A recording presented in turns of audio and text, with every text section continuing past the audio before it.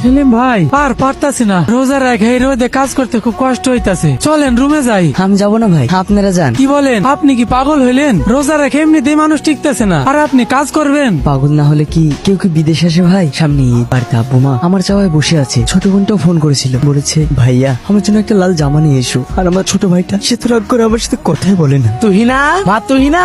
আরে আব্বু, তুমি কতদিন পর আসলে? ভালো আছো? হ্যাঁ ভালো আছি, তুই কেমন আছিস? আমিও ভালো আছি। আসছে ভিখারিটা, হাতে একটা মিষ্টির প্যাকেটও নাই, খালি তিরপল নিয়ে আসতে লজ্জাও করে না। এই নে মা, বেশি কিছু আনতে পারিনি। পেনশনের টাকাটা তুলে ভাবলাম তোদের জন্য কিছু ফল আর আমার নাতিরার জন্য একটা জামা নিয়ে যাই। আরে ঠিক আছে, এসো ভিতরে এসো, বসো। নানু ভাই কেমন আছো? আমি ভালো আছি, আপনি ভালো আছেন? হ্যাঁ আমি ভালো আছি। আব্বু, মা কেমন আছে? তোর মা ভালো আছে? কিন্তু তোমার মনটা এমন মরা মরা লাগছে কেন? কিছু হয়েছে? না মা, কিছু হয়নি, শুধু এটাই ভাবি তোকে জীবনে আমি কিছু দিতে পারলাম না। এই ঈদে সামান্য একটা জামা আর কয়েকটা ফল। আব্বু, আমি সারা জীবন যা চেয়েছি তুমি আমাকে তাই দিয়েছো। মন খারাপ করো না তো, যাও আমার শাশুড়ির সঙ্গে কথা বলে এসো, না হলে আবার খারাপ ভাববে।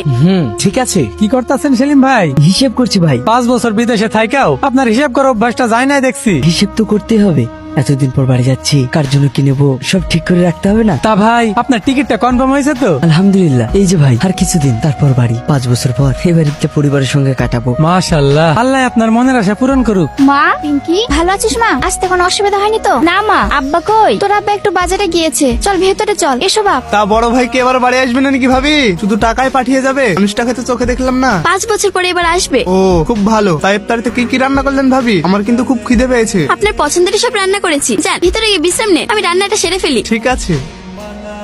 এই বছর তো সেলিম ভাই ডবল ঈদ। কেন ভাই? 5 বছর পর বাড়ি যাইতেছেন, ওই আনন্দ আবার ঈদের আনন্দ, তাইলে তো ডবল ঈদই হইলো। ঠিকই আছে, তাড়াতাড়ি কাজটা করেন, নাহলে ঠিকিদের আবার রেগে যাবে। আপনি ঠিকই কইছেন, ঠিকাদার সাহেব শুধু কাজটাই দেখে, কষ্টটা দেখে না।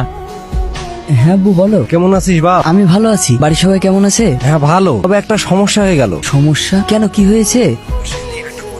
হ্যাঁ বলো। সদরের দোকানে 10,000 টাকা ধার হয়েছে, ঈদের আগে খাতা ক্লোজ করতে বলেছে। সামনে ঈদ, বাড়ির মান সম্মানের ব্যাপার, যদি তুই টাকাটা দিতে পারতিস খুব ভালো হতো। আচ্ছা আব্বা, তুমি চিন্তা করো না, আমি কালকে টাকাটা পাঠিয়ে দিচ্ছি।